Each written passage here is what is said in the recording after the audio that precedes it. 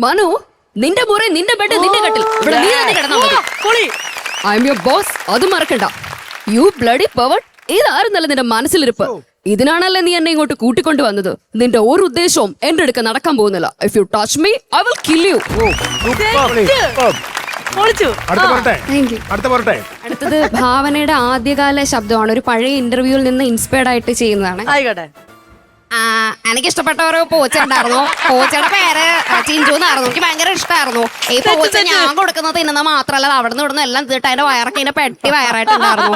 അപ്പോൾ ഞാനിങ്ങനെ വീട് മാറുന്ന സമയത്ത് ഞാൻ അച്ഛനോട് പറഞ്ഞു, അച്ഛൻ എന്റെ പൂച്ച എന്റെ കൂടെ വേണം, എനിക്ക് എന്റെ ചിഞ്ചുനെ വേണമെന്ന്. അപ്പൊ അച്ഛൻ പറഞ്ഞു, എനിക്കങ്ങ് വരത്തില്ല, നിനക്ക് വേണമെങ്കിൽ നീ കൊണ്ടുപോയിക്കോളാനെന്ന്. അങ്ങനെ ഞാൻ പൂച്ചനെ അവിടെ നിന്നിട്ട് ഇങ്ങനെ കൈകൊണ്ട് കാണിച്ചപ്പോ പൂച്ചയുടെ വഴിക്ക് പോയി, ഞാൻ എന്റെ വഴിക്ക് പോയി.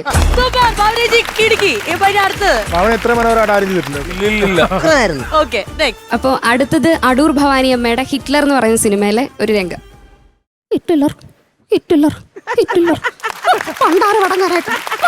തടിയോ കള്ളു കുടിച്ച് വഴി മറക്കമെന്ന് അടിച്ച് കിടക്കുക മനുഷ്യനെ മെനക്കെടുത്താനായിട്ട്. മക്കളെ മാധവൻ കുട്ടിക്ക് ഒരട്ടപ്പേരുണ്ടല്ലോ, അതെന്തുവാ? ആ കൊച്ചന്മാര് പ്രത്യേകം പറഞ്ഞേച്ചതാ, മറക്കല്ലെന്ന്. എന്തുവാ പേരെന്തുവാന്നാ പറഞ്ഞേ? ഹിറ്റ്ലർ മാധവൻ കുട്ടി. കൊതിപ്പിച്ചല്ലോടി കൊച്ചേ, ചക്ക വീടതാന്ന് കരുതി. ഞെട്ടിച്ചു. അടുത്തത് ബിന്ദു പണിക്കരുടെ ശബ്ദമാണ്. പോടെ പട്ടി, എത്ര കാലമായിട്ട് നിന്റെ സൂക്കേട് മാറിയില്ലേ? സ്കൂളിൽ പഠിക്കുമ്പോ പാട്ടിനും ഡാൻസിനും ഒക്കെ ഞാൻ ഒന്നാമതായിരുന്നു. സമൂഹഗാനം വരെ ഞാൻ ഒറ്റയ്ക്ക് പാടിയിട്ടുണ്ട്.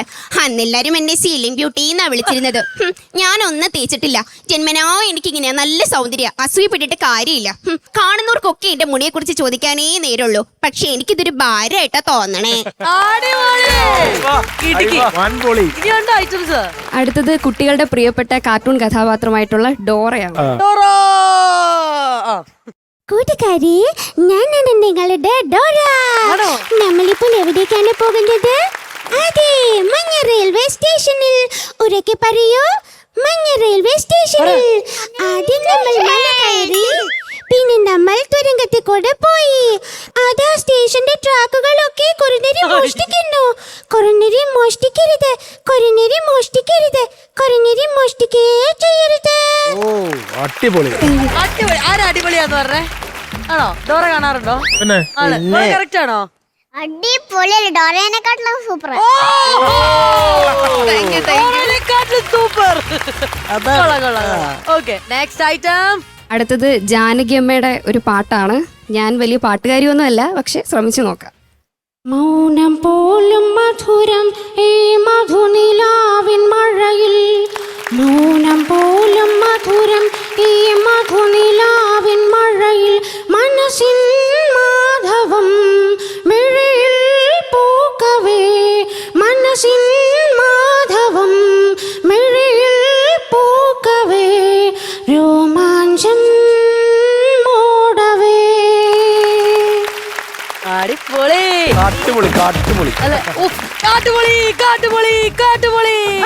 ഓടിച്ചെന്ന് കെട്ടിപ്പിടിക്ക, ഡോറനെ കെട്ടിപ്പിടിക്ക. ഓ, സൂപ്പർ സൂപ്പർ സൂപ്പർ സൂപ്പർ. ഡോറനെ ഇഷ്ടപ്പെട്ടില്ലേ? കൂടെ വരുന്നോ? അങ്ങനെയൊന്നും പറയില്ലേ. എന്റെ കൂടെ വരുന്നെന്ന് കൊണ്ടോക്കോ. ബുജിയാണ് കൂടെ കൊണ്ടുപോവാൻ.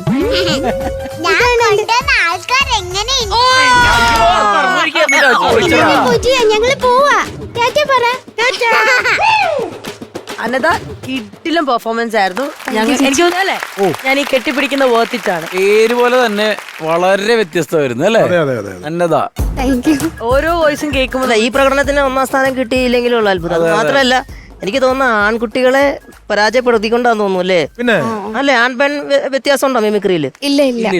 അതൊരു വലിയ കാര്യം തന്നെയാണ്. ഉഗ്രന, എല്ലാം നന്നായിരുന്നു. മോണാക്കിൽ അങ്ങനെ വന്നു, മിമിക്രിയിൽ അങ്ങനെ ആയിട്ടില്ലെന്ന് തോന്നുന്നു അല്ലേ? നമ്മുടെ മകേഷ് കുഞ്ഞുമോനാണ് ഇപ്പൊ മിമിക്രി തിളങ്ങിയിരിക്കുന്നത്. ഇതിന് മറ്റൊരു മകേഷ് കുഞ്ഞുമോളാ. ഒരു കാര്യമായിട്ടുള്ളത്, മോളെ നന്നായിട്ട് പ്രാക്ടീസ് ചെയ്യുക. പരമാവധി വേദികളിൽ പോകണം, കൂടുതൽ താരങ്ങളെ അനുകരിക്കണം. കാരണം നല്ല വോയിസ് ആണ് കേട്ടോ. ഭാവന ഇങ്ങനെ കിടക്കുക ഞങ്ങളുടെ. അതിനെ ചോദിക്കാൻ വരായിരുന്നു, എടുത്ത വോയിസിൽ നിങ്ങൾക്ക് ഏറ്റവും കൂടുതൽ സ്ട്രൈക്ക് ചെയ്തത് ആരുടെ വോയിസ് ആണെന്നുള്ളത്. ഭാവനേച്ചിയുടെ തന്നെയാണോ ഏറ്റവും ഇഷ്ടപ്പെട്ടത്? അതും എല്ലാം മമതാ മോഹൻദാസ് ഒക്കെ ഭയങ്കര എക്സ്ട്രാordinary. ഒരു രക്ഷയില്ല മോളെ, ഒരു രക്ഷയില്ല. എനിക്ക് ഏറ്റവും ഇഷ്ടപ്പെട്ട ഡോറ. നിനക്കതല്ലേ പറ്റുള്ളൂ.